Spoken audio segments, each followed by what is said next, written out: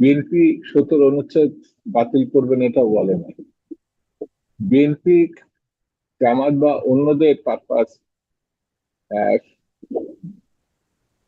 প্রতিষ্ঠা করার জন্য তো ক্ষমতায় আসে না। বিএনপির নীতি, আদর্শ, কর্মসূচি এগুলো প্রতিষ্ঠা করার জন্যই আসছে। সেই কারণে 17 অনুচ্ছেদ দুইটি সেশন হয়েছে, 3টি বা 4টি বা 5টে গিয়ে 17 অনুচ্ছেদ বাতিল হতেই পারে, না হওয়ার তো কোনো কারণ নাই। সেই জন্য আমার কাছে মনে হয়েছে এটা সুবিধাবাদীতার কোনো প্রশ্ন না। বিএনপি তার লক্ষ্য পূরণ করার জন্যই তার দীর্ঘদিনের সহকর্মীকে রাষ্ট্রপতি হিসাবে নির্বাচিত করেছে। বিএনপি তার লক্ষ্য পূরণে কখনো সংবিধানের আশ্রয় নেবে, আবার কখনো সংবিধান লঙ্ঘনও করা যেতে পারে, এরকম কি একটা অবস্থা? প্রশ্নটা এই কারণে করছি, ধরেন পররাষ্ট্র প্রতিমন্ত্রীর যে সেই নিযুক্ত পররাষ্ট্র প্রতিমন্ত্রী, তাকে জিজ্ঞাসা করা হয়েছিল তার বিদেশি নাগরিকত্ব বা দ্বৈত নাগরিকত্ব, ব্রিটিশ নাগরিকত্ব নিয়ে মূলত জিজ্ঞাসা করা হয়েছিল। সাংবাদিকরা প্রশ্ন করছিলেন। তিনি তখন আসলে তার বাংলাদেশি নাগরিকত্বের প্রমাণ দিলেন, কিন্তু বিদেশি নাগরিকত্ব নিয়ে কথা না বলে বলছেন কার এত জ্বালা, যে কাজ করতে দেবেন না। তিনি অবশ্য একটু হাসি তামাশার ছলেই বলছিলেন, কিন্তু তিনি এটি বলেছেন। যেখানে সংবিধান বলছে যে আসলে বিদেশি নাগরিকত্ব থাকতে পারবে না এমপি মন্ত্রীদের। ফলে সেখানে কি বিএনপির একটু মানে আবারও সেই প্রয়োজন, সংবিধান প্রয়োজন হলে সংবিধানটা মানছি, প্রয়োজন না হলে তার বাইরেও যাওয়া যায়? এমন কোন তথ্য প্রমাণ আপনিও এইভাবে হাতে উঁচিয়ে একটা কাগজ দেখাতেই পারতেন যে উনার এই নাগরিকত্ব গ্রহণের কাগজ? যে সাংবাদিক প্রশ্ন করেছে সেও দেখাতে পারে না। আর যার নিয়ে কথা, তিনি তো বলেছেন তিনি বাংলাদেশি, তো তিনি তো নিজেকে দাবি করছেন। আর যারা তাকে দ্বৈত নাগরিক অথবা আরেকটা ভিন দেশের নাগরিক হিসাবে দাবি করছেন, এটা তো মৌখিক। এটার সপক্ষে যদি কোনো তথ্য প্রমাণ থাকতো, তাহলে যাকে নিয়ে বিতর্ক, যাকে নিয়ে বক্তব্য, তিনি বাধ্য হতেন, অথবা একটা মামলা করেও ধরুন তিনি বিদেশে তার মানে বিরুদ্ধে যুক্তরাজ্যেই তিনি বড় হয়েছেন, পড়াশোনা করেছেন, সেখানে প্রশাসনে কাজ করেছেন, যেখানে যেই কাজগুলো করতে তার নাগরিকত্ব থাকবার দরকার হয়, ফলে তার নাগরিকত্বটা ধরে নেওয়া যেতে পারে। কিন্তু তাকে যখন প্রশ্ন করা হলো তিনি কিন্তু বললেন না। ধরে নেওয়ার ব্যাপার তিনি না। কিন্তু বললেন না, মানে তাকে তো সংবিধানে সরাসরি প্রশ্ন করা হয়েছিল। না, সংবিধান অনুযায়ী ধরে নেওয়ার কোনো সুযোগ নেই। আপনি যদি ব্রিটিশ হন, তাহলে পরে ব্রিটিশরা অর্ধেক লেখা, অর্ধেক কনভেনশনে রীতিনীতি অনুযায়ী চলে। তাদের সংবিধান 100% লিখিত না, কিন্তু বাংলাদেশের সংবিধান 100% লিখিত। এখানে কনভেনশনটা একেবারেই নেই বললেই চলে। সেই জন্য সংবিধানে যা উল্লেখ আছে বাংলাদেশ আইন অনুত সেটাই করে। করে নেওয়ার যদি ব্যাপার আপনি বলেন, তাহলে আবার নতুন বিতর্ক সৃষ্টি হবে, শুরু হবে। আমার কাছে মনে হয় সাংবিধানিক ব্যাপারটা তো ধরে না নিয়ে পেপারটা বিতর্কটা শেষ না করে, যেমন আপনি বলছেন তিনি বাংলাদেশী, তাতে কিন্তু কারো কোনো সন্দেহ নাই যে তিনি বাংলাদেশী। সন্দেহটা হচ্ছে তিনি কি দ্বৈত নাগরিক কিনা। তিনি যেহেতু সেখানে এমন কাজ করেছেন যে কাজটি করবার জন্য নাগরিকত্বের প্রয়োজন ছিল, ব্রিটিশ নাগরিকত্ব, সেটি কি তিনি ছেড়েছেন কিনা, সেটি তার ছিল বলেই জানা, সেটি ছেড়েছেন কিনা তিনি কিন্তু স্পষ্ট করেন নাই। তিনি বরং বলেছেন যে কার এত জ্বালা, 2008-এর মঈনুদ্দিন ফখরুদ্দিনের জ্বালা উঠেছে কিনা, এরকম করে তিনি বলছিলেন। না, এই কথা তিনি বলেছেন, এই কথাটাকে সামনে আনা থেকে উনি মন্ত্রী হয়েছে একটা দেশে, একটা মানুষ একটা মন্ত্রী পর্যায়ে গেছে। আর যারা যে সাংবাদিক কথা বলছে, এতটা হচ্ছে ধরে নেওয়ার উপরে তিনি কথা বলছেন। তিনি তো একটা পেপার নিয়ে এনে হাজির করতে পারতেন, যেমন আমি যেসব জায়গায় কাজ করেছে সেখান থেকে পেপার আনা সম্ভব ছিল। হাওয়ার উপরে সংবিধান এবং আইনগত বিষয়টি আলাপ না করাই ভালো। তাহলে ধরেন এতে আমরা হাসাহাসি আমরা আমাদের বর্তমান মাননীয় স্বরাষ্ট্রমন্ত্রীকে অন্তর্বর্তী সরকারের সময় বলতে শুনেছিলাম, বর্তমানে যিনি পররাষ্ট্রমন্ত্রী খলিলুর রহমান তিনি বিদেশি নাগরিক, এবং সুস্পষ্টভাবে বলেছিলেন তিনি বিদেশি নাগরিক। তার কাছে সেনাবাহিনী কেন মানে মানে একদম কোট করতে পারছি না, কিন্তু বিদেশি নাগরিক যে বলেছিলেন এটা আমি কোট আনকোট বলতে পারি। তিনি কি আসলে তখন হাওয়ার উপরেই বলেছিলেন, এবং যিনি এখন আপনাদের পররাষ্ট্রমন্ত্রী? আমার মনে হয় স্বরাষ্ট্রমন্ত্রীর কাছে এই কথাটা আপনারা তাকে ডেকে নিয়ে কথা বলতে পারেন, অথবা তার কাছে প্রশ্ন দিতে পারেন এবং লিখিতভাবে জানতে পারেন। আমার এটা জানা নেই। মানে জানার আগ্রহ হয় নাই কখনো? মানে আমরা বহুবার প্রশ্ন করছি, সরকারি বিষয়টা কখনো ব্যাখ্যা দেয় নাই। সরকারের বিভিন্ন পর্যায়ে এই ব্যাপার স্বরাষ্ট্রমন্ত্রীকে নিয়ে তো প্রশ্ন করার সুযোগ হয়নি। আমার কোনো জানার সুযোগ হয় না। আচ্ছা।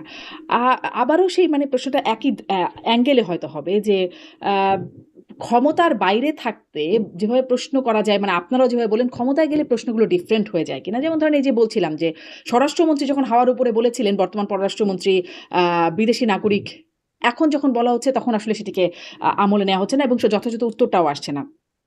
আহ, আহ, ধরেন যদি একটু আইন শৃঙ্খলা পরিস্থিতির কথাও বলি আপনাকে, আইন শৃঙ্খলা পরিস্থিতি যেটি এই সরকারের প্রায়োরিটি ছিল, অগ্রাধিকারের 3টি জায়গার একটা ছিল আইন শৃঙ্খলা পরিস্থিতি। সেটি নিয়ে যখন টিআইবি বলছে যে আইন শৃঙ্খলা পরিস্থিতি উদ্বেগজনক, বিভিন্ন সংখ্যা উল্লেখ করে বলছে যে উদ্বেগজনক, তখন আমাদের মাননীয় স্বরাষ্ট্রমন্ত্রী বলছেন, এটি অবশ্য 100 দিন যখন পূর্ণ হয় তখনকার কথা, স্বরাষ্ট্রমন্ত্রী বলছেন যে টিআইবি আসলে পত্রিকা নির্ভর, তাদের নিজস্ব কোনো তদন্ত নাই, ফলে তাদেরটা নির্ভরযোগ্য বলে তিনি আসলে খুব একটা আমলে নিচ্ছেন না। আহ, মানে কিন্তু এই মাননীয় স্বরাষ্ট্রমন্ত্রী সংসদে বলেছিলেন ডক্টর ইউনূসের সময় সবচেয়ে বেশি দুর্নীতি হয়েছে, টিআইবির প্রতিবেদনকে রেফার করেছিলেন। মানে অন্য সময় হলে আমলে নেওয়া যায়, নিজেদের বেলার ক্ষেত্রে আমলে নেই না, ব্যাপারটা কি এরকম চলছে বিএনপির? পুরোটা ওই আগের মতোই আসছে, হ্যাঁ। যে কোন প্রেক্ষাপটে কোন অবস্থায় তিনি এই কথাগুলো বলছেন। যখন পিআইবি যে কথাগুলো বলছেন তদন্ত সাপেক্ষে এই কথাগুলো বলছেন তিনি, যদি বলে থাকেন তাহলে এটা গুরুত্বপূর্ণ। আর তিনি যদি পত্রিকার নিউজ নির্ভর মানে সংবাদ পরিবেশন করে থাকেন তাহলে আরেক ধরনের। তো সম্মানিত স্বরাষ্ট্রমন্ত্রী কোন বিবেচনা থেকে এই কথাটা বলেছেন আমার জানা নেই, তবে স্বরাষ্ট্রমন্ত্রী পিআইবি বলছে বলে সেটা তাকে মানতে হবে এমন তো নাও হতে পারে। তার নিজস্ব সোর্স বা তার, যেহেতু তিনি এখন নিজেও সরকারে আছেন, হুম। তিনি স্বরাষ্ট্রমন্ত্রী বটে, সেই বিবেচনা তো তার থাকতে পারে। সেই কারণে সেই কথা হয়তো তিনি বলে থাকবেন যে পিআইবি বললেই সেটা অ্যাকসেপ্টেবল, আর না মানে না করা যাবে না, এমন তো না হতো। তারা টিআইবি যখন আওয়ামী লীগের কথা বলতো, টিআইবি আওয়ামী লীগ সরকারের সময় বিভিন্ন আসলে খুব প্রশংসা করতো না, এরকমই প্রতিবেদন তুলে ধরতো নানান আইন শৃঙ্খলা দুর্নীতি নিয়ে, তখন সেটা বিএনপি আমলে নিত।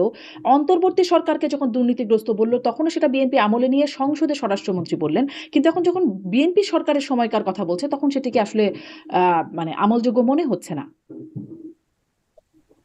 হয়তো কোনো না কোনো কারণে আমলযোগ্য মনে হয় না স্বরাষ্ট্রমন্ত্রী, সেই জন্য তিনি এটা মানেন না।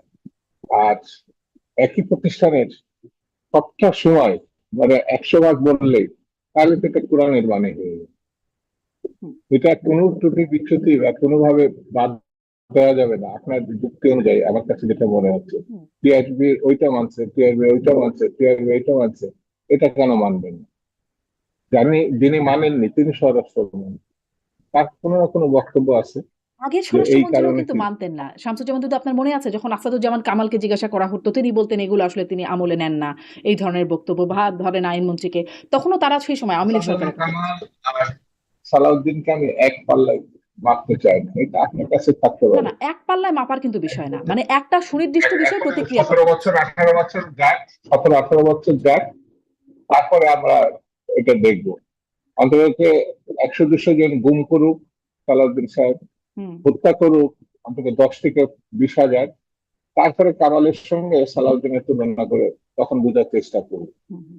এখনই সালাউদ্দিন আর কামালের বিষয়টা এক করা ঠিক হবে না। হুম, এক এখন করা যদি উচিত না। আপনি আমি জাস্ট এটা প্রশ্ন আধার করছিলাম যে আধার না না সুনির্দিষ্ট না না, বিষয়ে আপনি প্রতিক্রিয়া, আধারের নেন না, আপনি টিআইবির যদি বিষয়ে শেখ প্রতিক্রিয়া। হাসিনা শেখ হাসিনার অনুসারী হয়ে থাকে তাহলে আপনি এটা বলতে পারেন, নো ডাউট।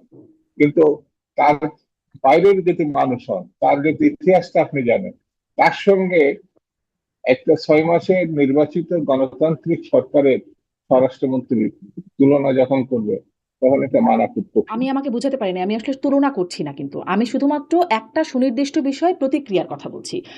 বিষয়বস্তু হচ্ছে টিআইবির প্রতিবেদন। টিআইবির আমার প্রতিবেদনে হয়তো বুঝতে ভুল হয়েছে। হ্যাঁ, আমিও বুঝাতে আপনার পারিনি হয়তো। কামাল আর সালাউদ্দিনের ব্যাপারটা ওই স্বরাষ্ট্রমন্ত্রী এই স্বরাষ্ট্রমন্ত্রী তুলনার ব্যাপার না, দুটোই তো স্বরাষ্ট্রমন্ত্রী। হুম। একটা আওয়ামী লীগের হুম। আর একটা হচ্ছে বিএনপি।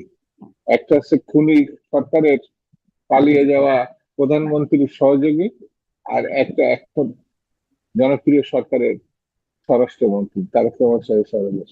তো এটা তুলনার ব্যাপার না। হুম। আপনি দুটো প্রসঙ্গ নিয়ে আপনি কথা বলেছেন, আমি সেটাকে বলছি আমি শুধুমাত্র টিআইবির প্রতিবেদনে প্রতিক্রিয়ার প্রসঙ্গটা। টিআইবির প্রতিবেদনে আওয়ামী লীগ সরকার, অন্তর্বর্তী সরকার এবং বিএনপি সরকার কে কেমন টিআইবির প্রতিক্রিয়া দিচ্ছে? প্রতিবেদনেও আমি বললাম এটা হ্যাঁ, কোরআনের বাণী না, তখন এটা কেন একেবারে কোরআনের বাণী মনে হতো তাহলে? প্রতিটাই আমাকে মানতে হবে, মানে তখন কেন প্রতিটাই এটাকে ঠিক খুব আছে, গ্রহণযোগ্য মনে হতো? প্রতিটার উদ্দেশ্য একেবারে অমলিন। এটা আমার কাছে, আমি তো আপনাকে স্পষ্ট করে বললাম যে সবটাই ঠিক আছে, এটা আমি আমার কাছে মনে হচ্ছে না, এই জন্য মানার প্রসঙ্গটা থাকছে না। হুম। আচ্ছা, মানে তখন সবটা ঠিক মনে হতো বা অন্তর্বর্তী সরকারের সময়ও ঠিক মনে হলো বলে সংসদেও রেফার করলেন। এজন্যই আমি আসলে প্রশ্নটা করছিলাম। বা ধরেন টিআইবির প্রতিবেদন বাদ, সেটা যদি নাও বলি জাতিসংঘের প্রতিবেদনের কথা। জাতিসংঘ বলছে যে বাংলাদেশে আল কায়েদার উপস্থিতি নিয়ে তারা উদ্বেগ প্রকাশ করছে। জাতিসংঘ নিরাপত্তা পরিষদে এই মানে তাদের প্রতিবেদনে এরকমটা বলছে। কিন্তু স্বরাষ্ট্রমন্ত্রী আসলে সেটিকেও আমলে নিচ্ছেন না। তার আগে অবশ্য তিনি বলেছিলেন যে জঙ্গিবাদ এটি আওয়ামী ফ্যাসিবাদী সরকারের একটা বয়ান, তাদের ন্যারেটিভ, এটি বাংলাদেশে জঙ্গিবাদ নেই। এখন জাতিসংঘ বলছে, আর মাঝখানে কয়েকদিন কিন্তু খুব বোমা আতঙ্ক একটা দেখলাম, এখানে বোমা বিস্ফোরণ, সেখানে বিভিন্ন জায়গায় বোমা বিস্ফোরণের ঘটনা ঘটলো। মানে জাতিসংঘের প্রতিবেদনও এখন আমলে নেওয়ার মতো মনে হচ্ছে না। কিন্তু ধরেন যখন আওয়ামী লীগ সরকারের সমালোচনা হয়েছে বা অন্তর্বর্তী সরকারের কিছু হচ্ছে, সেটি তো বিএনপি আমলে নেয়। মানে আপনাদের সময় যখন প্রতিবেদন দেয় তখন আমলযোগ্য কম হয় কেন? জাতিসংঘ নিয়ে আমি কম কথা বলতে চাই এই জন্যে, বিশ্বের সব থেকে খুনি যে রাষ্ট্র, উঁচু কথা করছে 70-80 বছর ধরে, হুম। ইসরায়েল আপনার ফিলিস্তিনিদেরকে, সেই প্রসঙ্গ বাদ দিক আপনি বাংলাদেশে তারা আল কায়দার অস্তিত্ব খুঁজে পাচ্ছে এবং এটাকে সারা বিশ্বে একটি অন্যতম বিষয় বলে মনে করছে এবং সেটাকে আপনি গুরুত্বপূর্ণ হিসাবে ধরেছেন। আপনার স্বাভাবিক, বাংলাদেশ শান্তিপূর্ণ একটি দেশ, সেখানে আল কায়দা জাতিসংঘ পেয়ে গেছে, এটা কি ধরনের কথা। তবে চট করে আমি মন্তব্য করছি না এই কারণে, জাতিসংঘ বলেছে, সরকারও এটা সিরিয়াসলি দেখার মতো বিষয় বলে মনে করছে না। আমার মনে হয় আরেকটু অপেক্ষা করে, আরো আমরা বিশ্লেষণ করি যে সরকার ঠিক আছে না জাতিসংঘ ঠিক আছে, যারা 80 বছর ধরে মানুষ হত্যা করলো সেই শক্তিকে ঠেকানোর এবং সত্যিকারের ভূমিকা রাখতে পারে না, তারা এখানে আবার কোনো ঘটনাই নাই, তারপরে আল কায়দা খুঁজে বের করছে।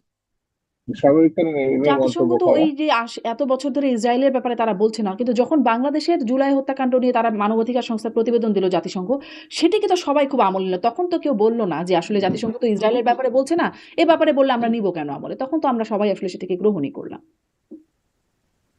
সবার কথা আর আমার কথা একটু ভিন্ন হতে পারে, আপনি কি সেই যেটা প্রতিবেদনটাকেও আমলে নেন না? বলেছে তখন সেটা বলছে, সেটার ভিত্তি ছিল এই দেশে শত শত না হাজার হাজার ছেলে মেয়ে বুকের রক্ত দিয়েছে।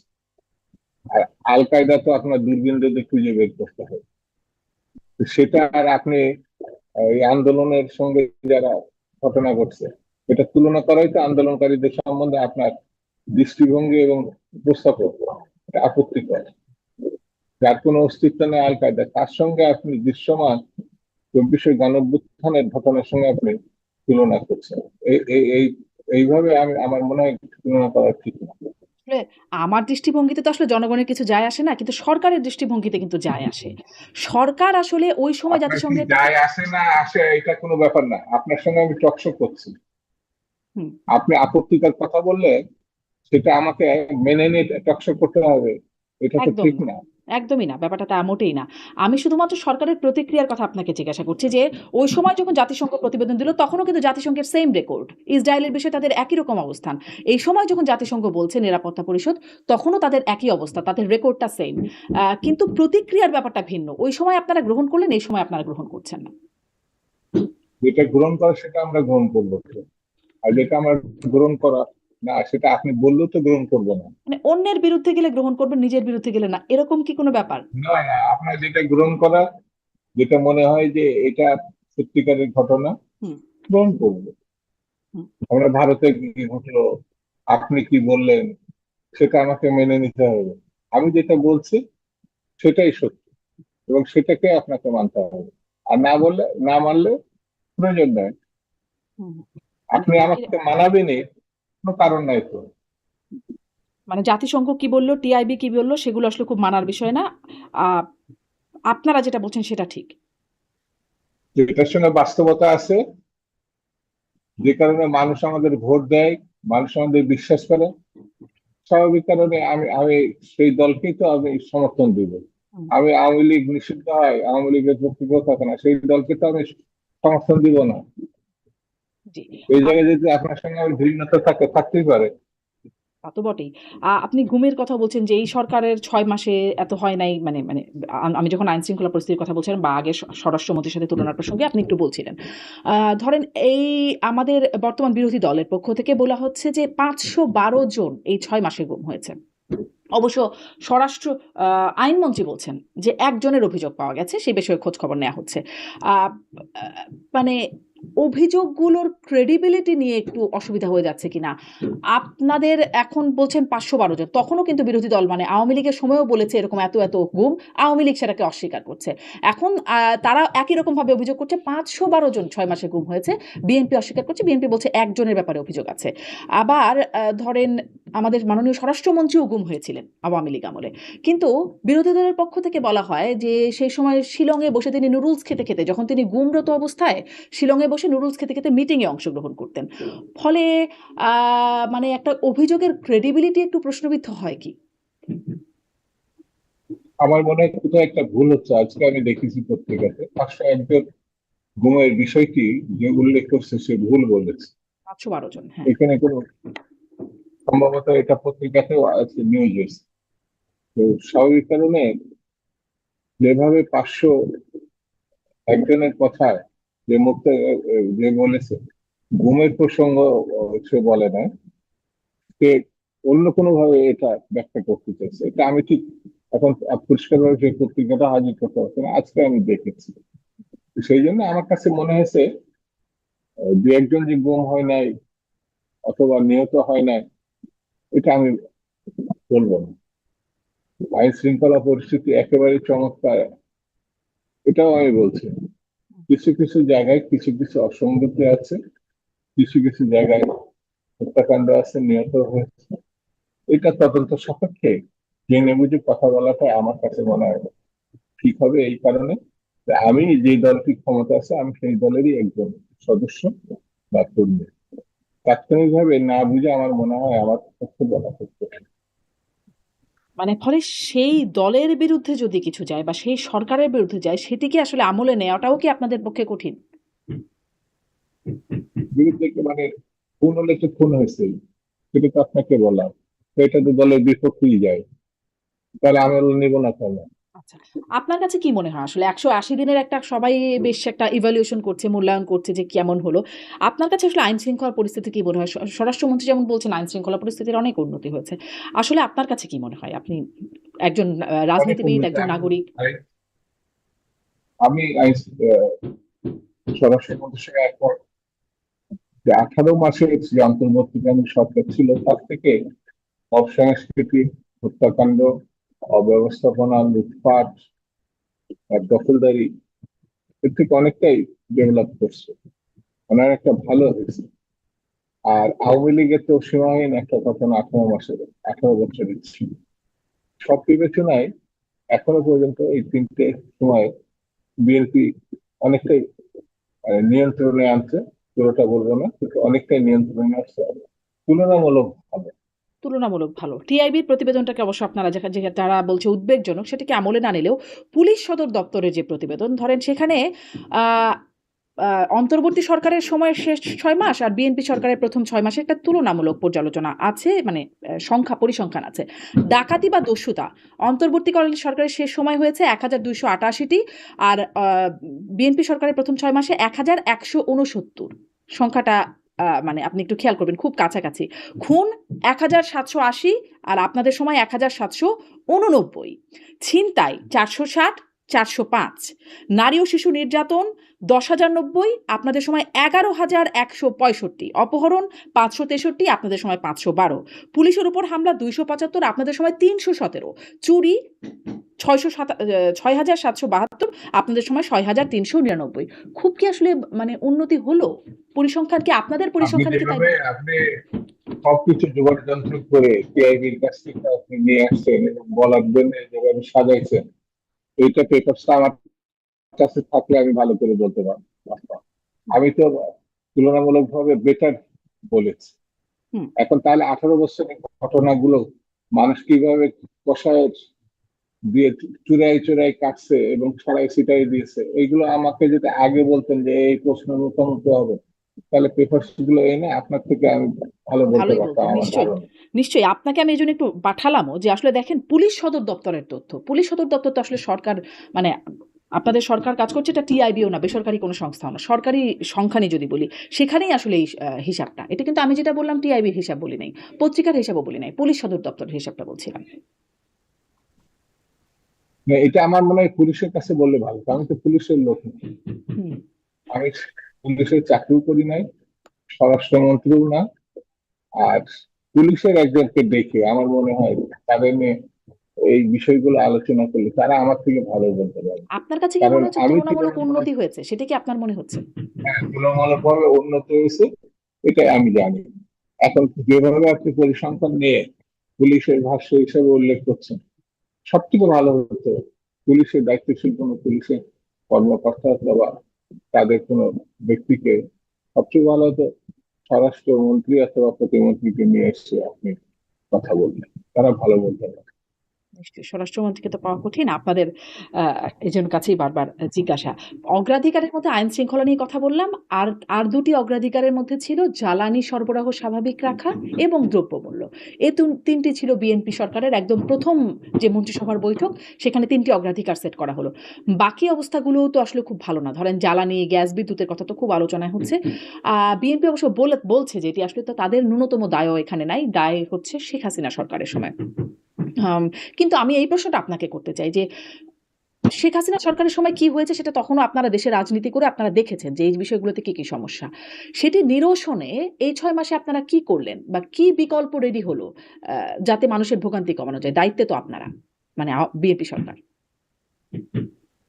বিএনপি সবাই ৬ মাসে ধরেন একটা সরকার পরিচালনা আসছে। আমার ধারণা প্রত্যেক সরকারের ভালো মন্দটা ১-১.৫ বছর যাওয়া উচিত। তাহলে পরে ফিল্টার বিশ্লেষণ সে পারলো অথবা পারে না, এই কথাগুলো বা সমালোচনাগুলো তখন করাটা স্নেহ হবে বলে আমার ধারণা।